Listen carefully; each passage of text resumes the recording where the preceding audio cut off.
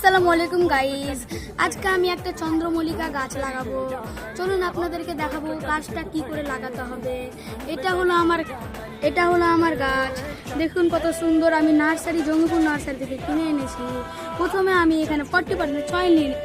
এই যে আমার 40% সয়েল, এখানে আমি নিম খোল, ভার্মিকম্পোস্ট এবং অনেক গোবর সার মিক্স করে এই সয়েলটা বানিয়ে নিয়েছি। আমি গ্রো ব্যাগ থেকে প্রথমে চন্দ্রমল্লিকা গাছটাকে খুলে নিব। এইভাবে আমি খুলছি, দেখুন আপনারা এইভাবেই খুলবেন।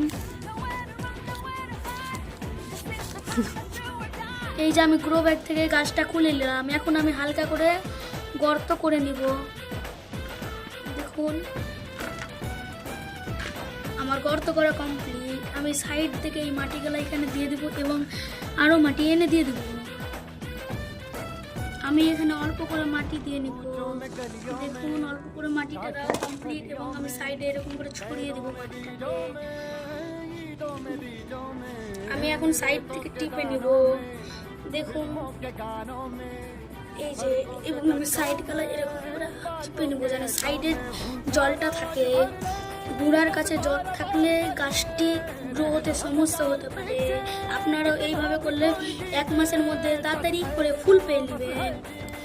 এটা হলো শীতের ফুল।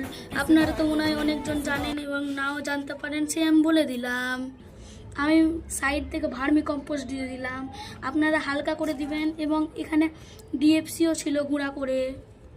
আমি এখন সাইড থেকে জল দিয়ে নিব। দেখুন